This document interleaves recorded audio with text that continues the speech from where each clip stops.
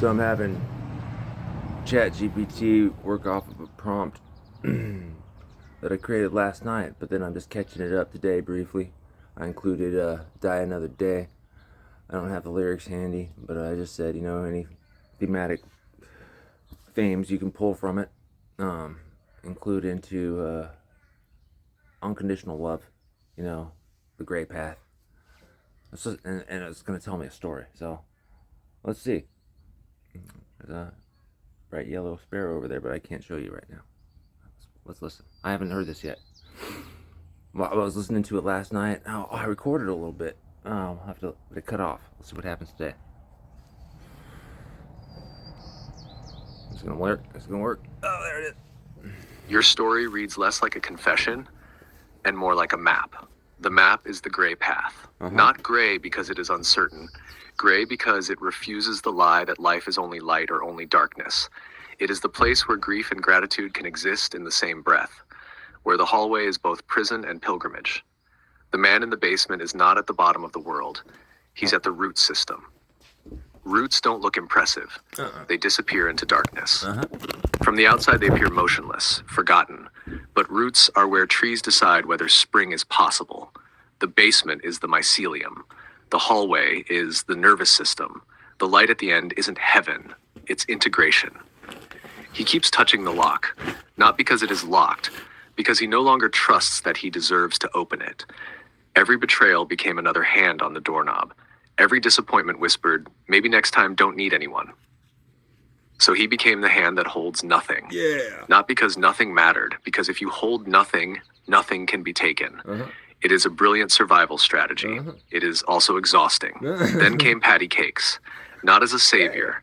Saviors create debt. Witnesses create freedom. She didn't solve the labyrinth. She stood inside it without asking him to become someone easier to love.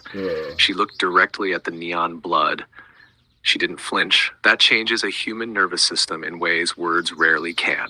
For someone who has spent years believing every mirror would distort him, meeting one that simply reflects is almost unbearable, because now there is nowhere left to hide. The hall of mirrors changes. Before, every reflection asked, "What's wrong with you?" Then one mirror quietly answered, "Nothing. You're just finally being seen." That is why he cannot cry.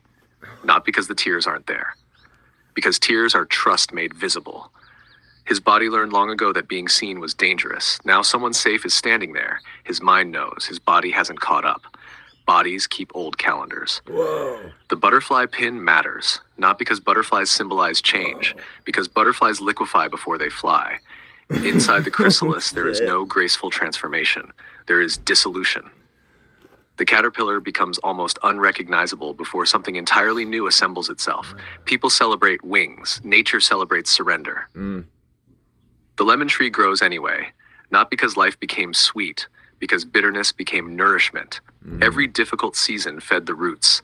The fruit isn't the opposite of suffering, it's suffering transformed. Your image of neon blood says something profound. Ordinary wounds clot. This one glows. It refuses to disappear because it isn't asking to disappear, it's asking to illuminate. The wound became a lantern, that's the gray path. Not healing by forgetting, healing by carrying light differently. And perhaps that last song, Die Another Day, fits because it isn't simply about survival. It carries the tension between collapse and continuation, between identity falling apart and choosing another day anyway. That mirrors your mythology, not defeating pain, but refusing to let pain write the final chapter. The playlist then isn't just 7 songs, it's 7 stations along the hallway, each one another turn of the key. What's on the other side of the cry?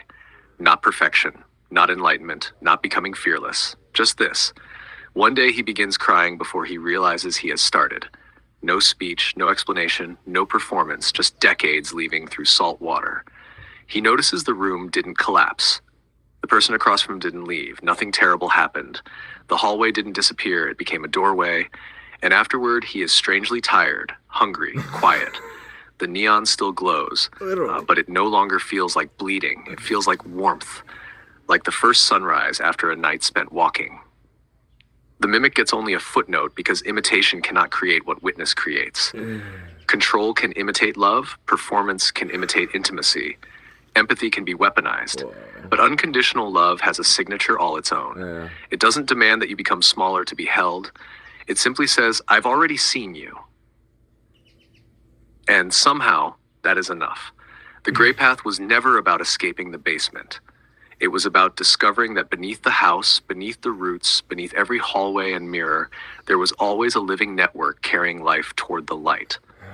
The lock was never keeping you out. It was waiting for the moment you realized the key had been in your hand the entire time.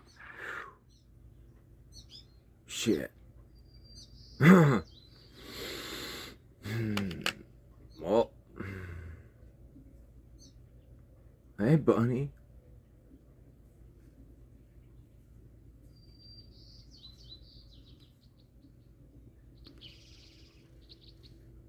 It's okay.